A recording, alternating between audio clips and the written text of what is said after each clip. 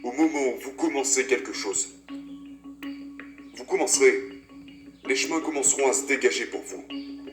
Et vous ne saurez peut-être pas ce qui va se passer ou comment ça va se passer, mais je vous promets que si vous choisissez cette chose que vous aimez, là je parle de quelque chose que vous aimez vraiment, je parle de cette chose que vous serez prêt à faire gratuitement. Si vous choisissez cette chose, si vous choisissez ça, si vous choisissez ça tous les jours, sans relâche, il est alors impensable que vous ne réussissiez pas.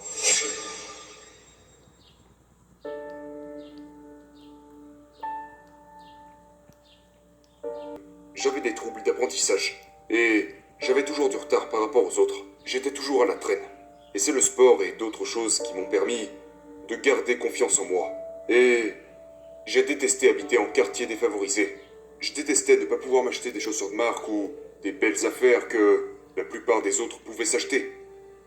Ma mère a commencé avec une situation terrible. Elle était extrêmement pauvre et elle s'était mise à revendre de la drogue pour se faire de l'argent. Ma mère a commencé à faire ça quand elle avait 14 ans.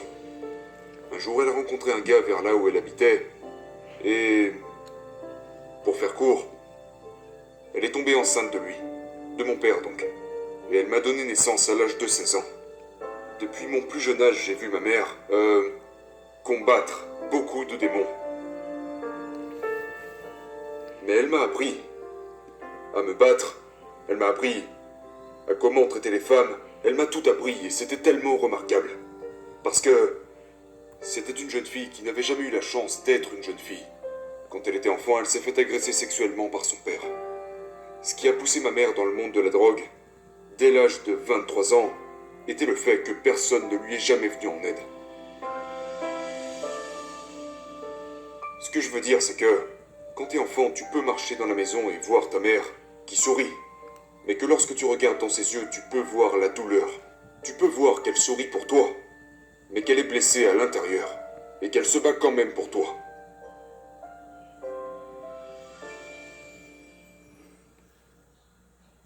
C'est à vous de sauver votre vie. Et j'ai appris ça à un très jeune âge. J'ai réalisé que ma famille était en train de s'effondrer. L'arbre sur lequel tenait ma famille était pourri. Et je devais faire tout ce qui était dans mon pouvoir pour en replanter un nouveau. Donc même en tant qu'enfant, je n'ai jamais pu être un enfant. Et puis un jour, j'ai entendu mon entraîneur de football me dire « Will, si tu consacres ta vie à ce sport, tu sauveras la vie de ta maman. » Et cette femme, ma mère, m'a poussé, moi, un gosse qui ne savait toujours pas lire correctement à 16 ans, à aller à l'université. Elle m'a poussé à être spécial. Elle m'a dit « Écoute, tu ne peux peut-être pas lire. Peut-être que tu ne peux pas tout comprendre, mais tu n'es pas stupide. » Elle m'a dit « Dieu t'a fait un don spécial. Il te faut juste un peu de temps pour réaliser ce que c'est. » Et j'ai trouvé quel était ce don le jour où je me suis retrouvé aux funérailles de ma mère. Mes frères et sœurs étaient muets. Ils ne pouvaient tout simplement pas parler. Et le premier discours que j'ai jamais prononcé s'est déroulé aux funérailles de ma mère.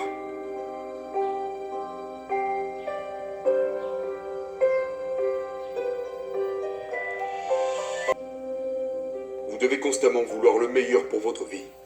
Parce que nous ne sommes là que pour un moment sur cette terre. Et il peut y avoir des gens qui vous regarderont en face et qui vous diront qu'ils croient en vous. Des gens qui vous diront de leur bouche qu'ils croient en vous. Mais quand vous les regardez dans les yeux, vous savez qu'ils ne le pensent pas. La croyance est ce qui fait briller et pousse les gens dans la stratosphère. Et je répète toujours aux gens, je ne suis pas meilleur que vous.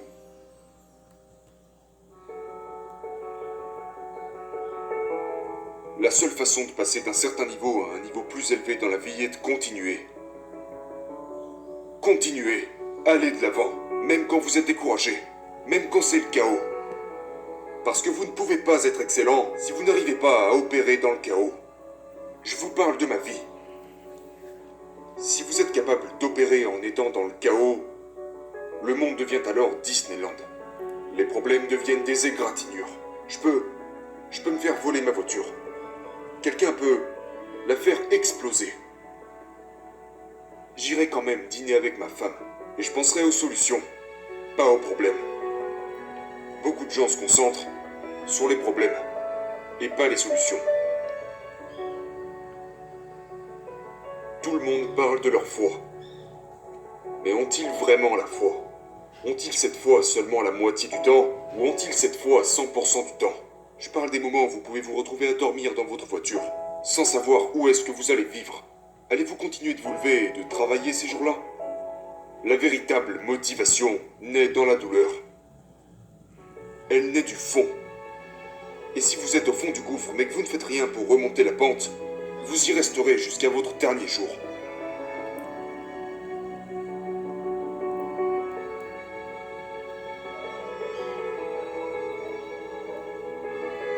Je regardais toutes ces célébrités, tous ces gars à qui j'écrivais des messages privés, en espérant qu'ils me répondent. Ils ne l'ont jamais fait. Ça m'a brisé le cœur.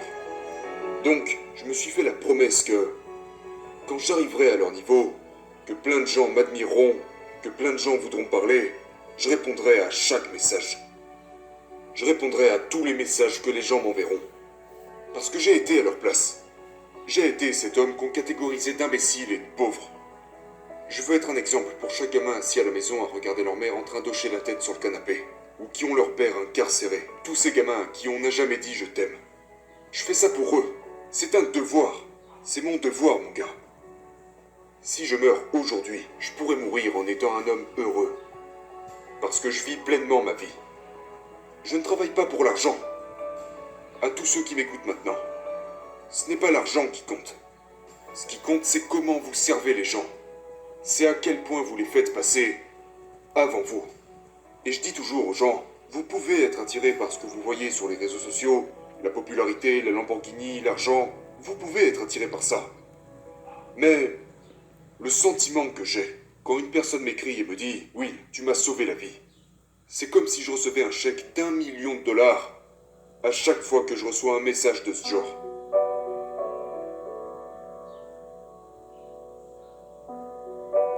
Je crois que le succès est quelque chose que vous devez voir avant qu'il ne soit entre vos mains. Et il ne viendra jamais à vous si vous ne le voyez pas ici. Et une chose à propos de moi, c'est que même quand je n'avais pas d'argent, j'ai toujours été sûr de moi.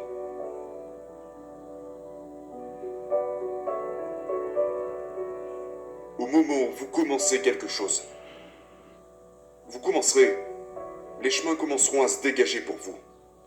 Et vous ne saurez peut-être pas ce qui va se passer ou comment ça va se passer, mais je vous promets que si vous choisissez cette chose que vous aimez, là je parle de quelque chose que vous aimez vraiment. Je parle de cette chose que vous serez prêt à faire gratuitement. Si vous choisissez cette chose, si vous choisissez ça tous les jours, sans relâche, il est alors impensable que vous ne réussissiez pas.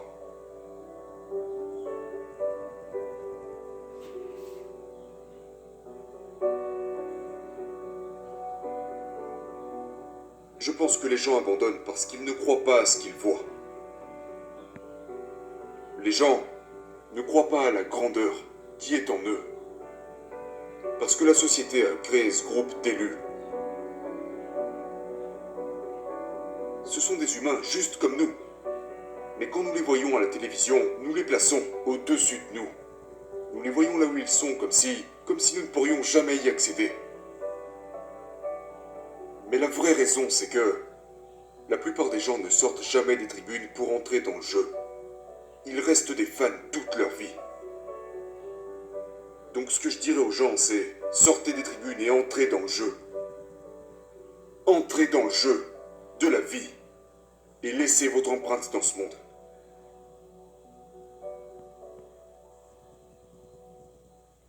Chaque personne est faite pour vivre son propre voyage. Et vous êtes encore là à suivre le plan de quelqu'un d'autre. Chaque être humain sur cette terre possède son propre voyage. Et si vous ne vous concentrez pas sur votre propre voyage, vous n'apporterez jamais ces choses que vous êtes censé apporter au monde.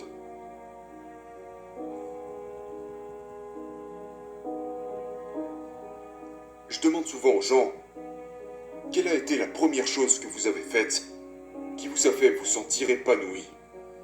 Certains pourraient répondre, Danser, certains pourraient dire « Oh, un jeu auquel j'ai joué. » Une carrière se construit durant l'enfance. Nos destins s'écrivent quand nous sommes enfants. Une femme m'a dit une fois « J'aimais tellement chanter quand j'étais petite. » Et je lui ai dit « La raison pour laquelle tu n'es pas heureuse est parce que tu as arrêté de le faire. Mais si tu t'y remets, cette douleur que tu éprouves commencera à disparaître. Et tu retrouveras cette joie de vivre que tu avais quand tu étais petite.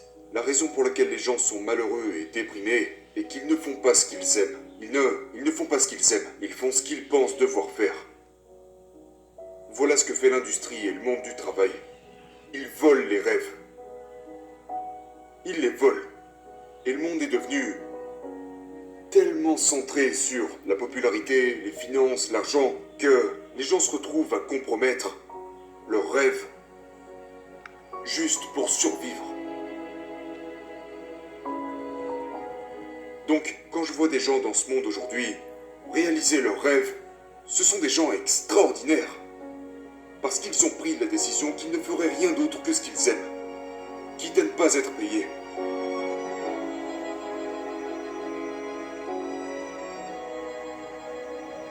Les gens restent assis à perdre leur temps, jettent leurs rêves à la poubelle et sacrifient leur temps pour contribuer à réaliser les rêves des autres. Et ils s'attendent encore à se sentir épanouis en rentrant chez eux le soir. Mais lorsque vous vous réveillez et que vous poursuivez votre vérité, et que vous travaillez pour vos rêves, même si certains jours vous n'êtes pas payé, vous n'aurez jamais l'impression de perdre votre temps. Parce que vous faites quelque chose que vous aimez.